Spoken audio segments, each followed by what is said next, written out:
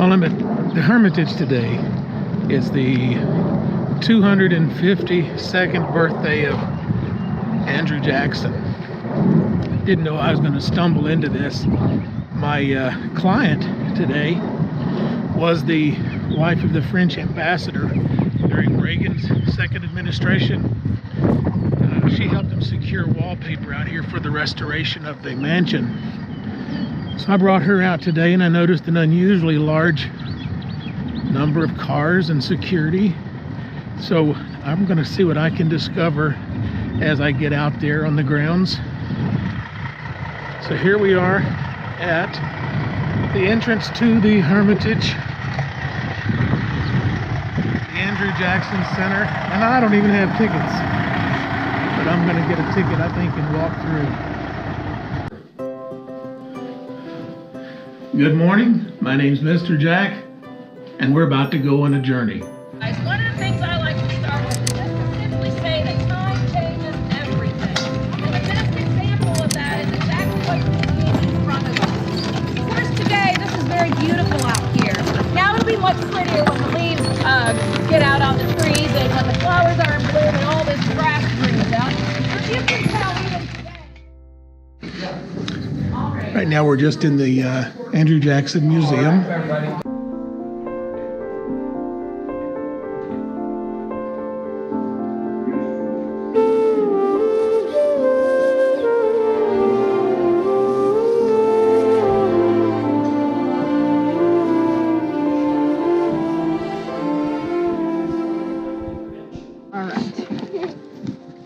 All right, Sophie, Kohana, step up, please, step up. There we go. And let me turn it on. It works better that way. There we go. All right. Well, thank you for joining us today. This tour is called Beyond the Mansion. And when the Jacksons first bought this property, the year was 1804. And as Don said, at that time, slave was a legal status, like widow or orphan or divorced. And slaves, in fact, were only worth 3/5 of a person, or considered 3/5 of a person. That was actually known as the Northern Compromise. The northern states didn't want to count the enslaved as people in the eyes of the law at all, because it would have meant more legislative seats in government for the southern states, had to do with population. So they would have come here and to get their water, and that would have been for drinking, for washing, for bathing. But in excavating here, we also found some very interesting symbols. One is called the Bakanga cosmogram. We found that etched on pieces of metal, as well, pieces of wood, but very small, so you could close your hand and it would disappear. Because had it been found, it would have been confiscated, possibly punishable. That would have been up to the overseer.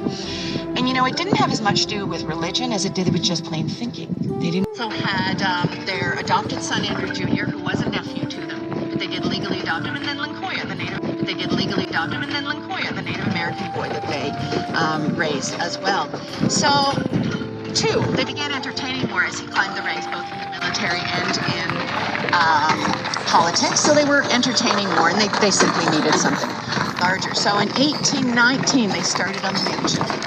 And step up, sweetie. Step up. Come on, Sophie. Good girl.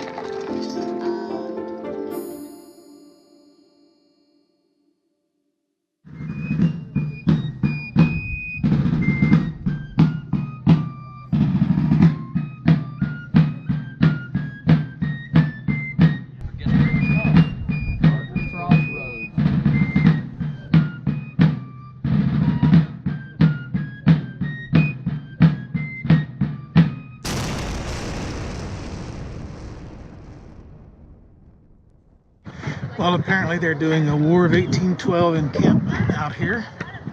And Jackson's rules: don't be shy, we love to talk.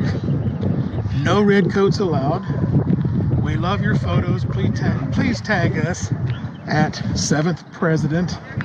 Leave the fires and the weapons to the militia.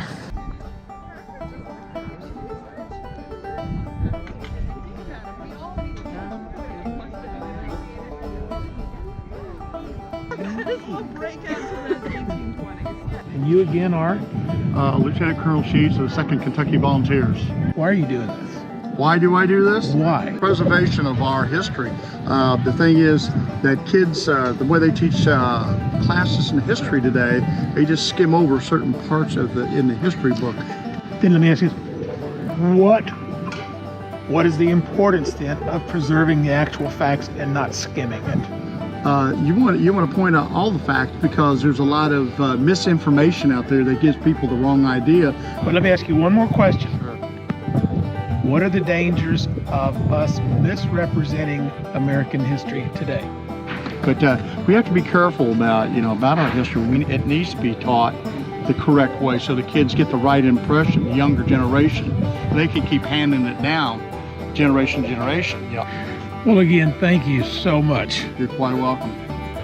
So you're a surgeon? I am a surgeon, but that's what they call me. That's what my title is, but really I'm a medical doctor.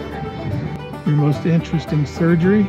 Right now, my most interesting surgery was appendix. And normally we don't open the body cavity, or we don't open it unless there is in a severe emergency. So I would have to say that my most interesting surgery at this point was an appendicitis operation. Did he survive?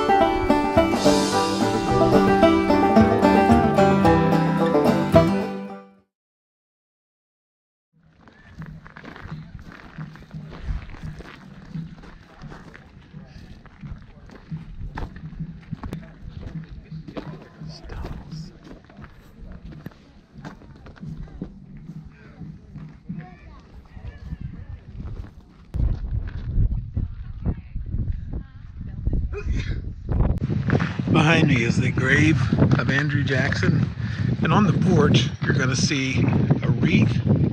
The wreath that's placed there was sent by President Trump and placed on the grave by the I think it was the Ladies Hermitage Society.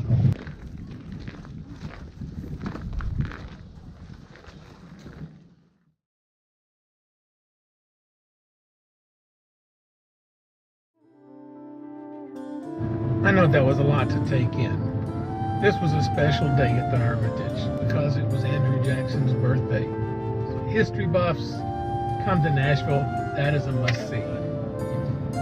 We want to meet you. We're so looking forward to meeting you. So before I go, as usual, make sure you tell your mom and them I said hey.